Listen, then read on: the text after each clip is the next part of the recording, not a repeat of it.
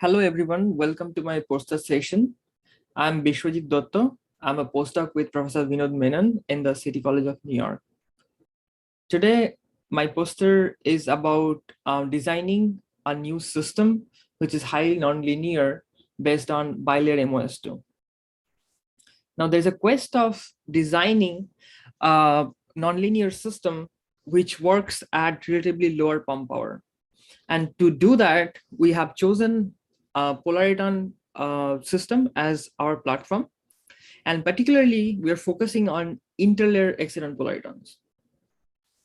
So on the very left first panel, you see how the interlayer excitons form in K-space and both in real space for bilayer MoS2. Now, it's very interesting if you look at the charge distribution in this system. You see in the real space, the electron is confined in one layer. However, the hole is delocalized between two layers. Now, this gives rise to both a static dipole moment out of plane and an in-plane oscillating dipole moment. Because of this system can absorb light. That means it has higher oscillator strength. Also, the energy of this system can be tuned with an external electric field.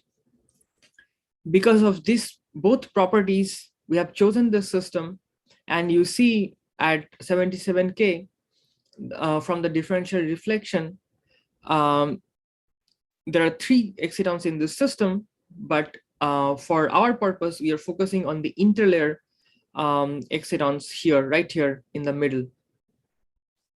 Now, this is very different from the interlayer excitons hosted by hetero-bilayer TMDs, which typically has poor oscillator strength and hence cannot be used to form polaritons because it doesn't absorb light.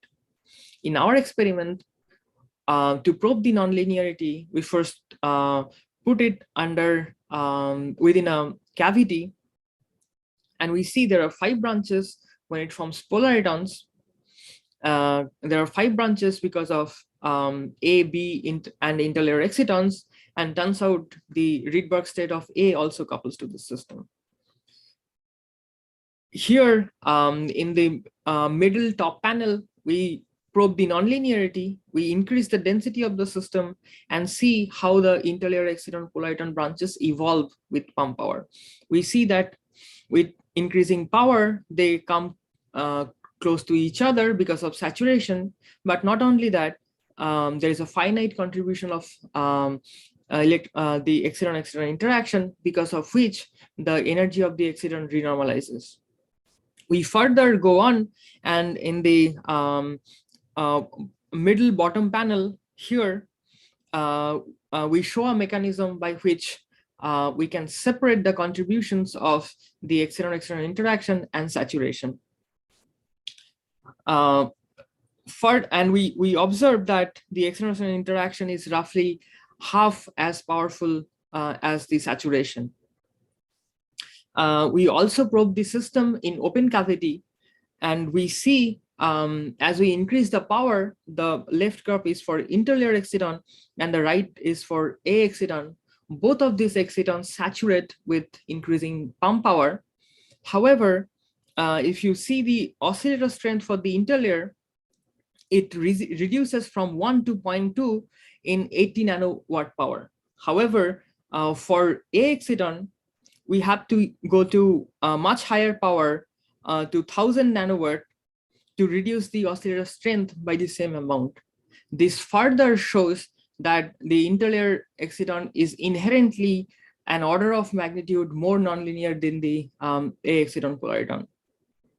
So to wrap up, we have shown that the interlayer exciton-polariton is a very nice system if we are interested to design a nonlinear system. We have further provided evidence that the interlayer exciton is highly nonlinear, both in open cavity and in closed cavity.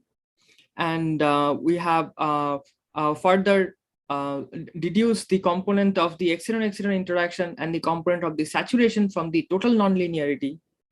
And we have given a microscopic explanation for this. I'm not going to all these details.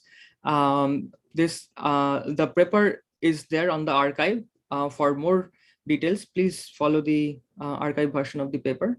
Thank you for your attention.